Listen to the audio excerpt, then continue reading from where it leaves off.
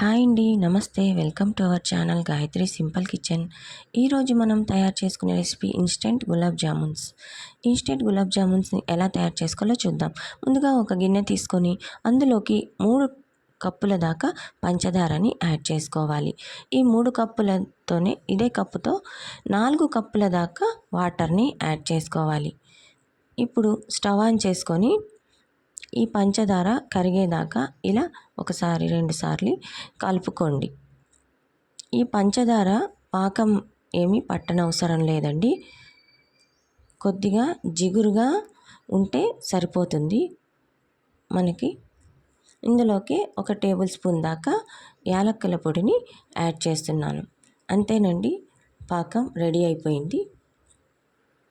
ఇప్పుడు ఒక గిన్నెలో ఇన్స్టెంట్ గులాబ్ జామ్ మిక్స్ 2 కప్పుల దాకా ఇక్కడ నేను తీసుకుంటున్నాను. ఇందులోకి పాలని కానీ వాటర్ని కానీ యాడ్ చేసుకొని ఈ పిండిని కలుపుకోవచ్చు. ఇక్కడ నేను పాలని యాడ్ చేసుకొని ఈ పిండిని కలుపుకుంటున్నానండి. ఒకేసారి పాలు పోయకుండా కొద్ది కొద్దిగా పాలని యాడ్ చేసుకుంటూ ఈ పిండిని ఇలా మెత్తగా కలుపుకోవాలి. ఇక్కడ 2-3 సార్లు వేసుకుంటూ నేను పిండిని కలుపుకుంటున్నానండి. ఇదిగోండి, పిండి ఇలా మెత్తగా జారుగానే ఉండాలి. నేను ఇక్కడ 1 కప్పు పాలను తీసుకున్నాను. ఇక్కడ 4 టేబుల్ స్పూన్ దాకా పాలు మిగిలిపోయినాయండి. వాటిని పక్కన పెడుతున్నాను. ఇదిగోండి, పిండి ఇలా మృదువుగా సాఫ్ట్గా రావాలి. కొద్దిగా మెత్తగానే పిండిని కలుపుకోవాలండి. మృదువుగా ఉండాలి. ఇప్పుడు ఈ పిండి మృదువుగా మెత్తగా కలిపేసుకున్నాను. దీన్ని ఒక 10 నిమిషాల దాకా మూత పెట్టుకొని పక్కన పెట్టుకుందాం.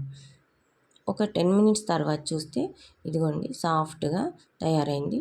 ఈ పిండి ముద్దలో హాఫ్ పిండి ముద్దని నేను తీసి పక్కన పెట్టుకొని ఒక పిండి ముద్దను తీసుకొని ఇలా సాఫ్ట్గా మెత్తగా రుద్దుకొని ఒక ఉండను తీసుకొని ఇలా చేతి మధ్యలో పెట్టేసుకొని ఇలా సాఫ్ట్గా ఒత్తుకుంటూ మృదువుగా రౌండ్గా బాల్స్ని చేసుకోవాలి.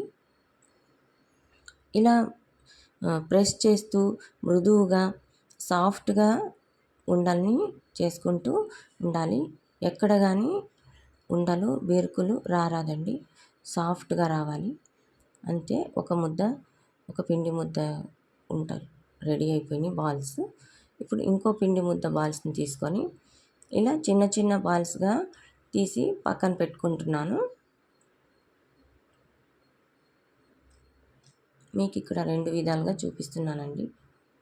ఇలా చేయడం వల్ల balls, gulab jam balls same ఒకే క్వాంటిటీలో ఒకే సైజులో వస్తాయండి.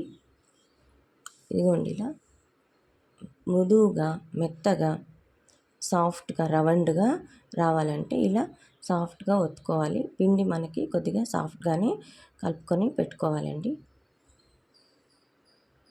ఆయిల్ కానీ నెయ్యి కానీ నేను ఇక్కడ యాడ్ చేయలేదు. ఇలాగే రౌండ్గా బాల్స్గా ఒత్తుకొని అన్నీ రెడీ చేసుకుంటున్నాను. అంతేనండి, ఇక్కడ ఉండలు మాత్రం ఈ బాల్స్ మాత్రం ఎక్కడ బెరుకు రాకుండా స్మూత్గా రావాలి. అప్పుడు మనకి ఇవి ఆయిల్లో వేయంగానే విడిపోవు.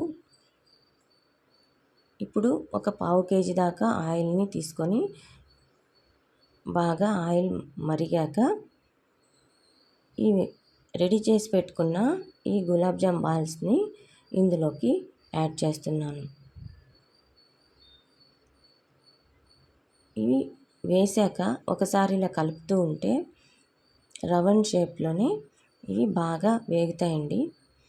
మనం మంటని లో ఫ్లేమ్లోనే పెట్టుకోవాలి. ఇలా లో ఫ్లేమ్లో మంటను పెట్టుకోవడం వల్ల గులాబ్ జామున్స్ లోపలి దాకా బాగా ఉడికిపోతాయండి. ఇలా గోల్డెన్ బ్రౌన్ రంగు కలర్ వచ్చేదాకా ఇలా గులాబ్ జామున్స్ని వేయించుకోవాలి. ఇదిగో రెడీ అయిపోయినాయండి, తీసి పక్కన పెట్టుకుంటున్నాను.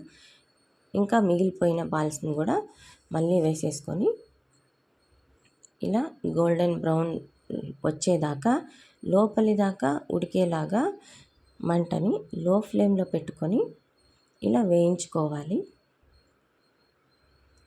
మృదువుగా మనం గట్టిగా ఒత్తకుండా ఇలా సాఫ్ట్గా కలుపుతూ ఉండాలండి. రౌండ్ షేప్లో ఫుల్గా ఉడికిపోతాయి. అంతేనండి, రెడీ అయిపోయినాయి.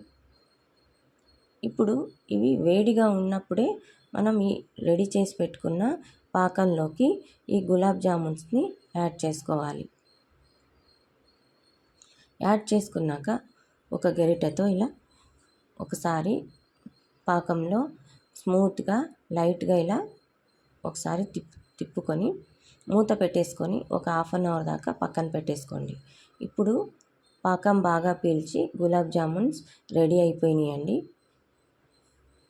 ఇదిగోండి, సాఫ్ట్గా ఎక్కడ కూడా విరిగిపోకుండా రౌండ్గా ఎంతో చక్కగా వచ్చినాయి ఇవి.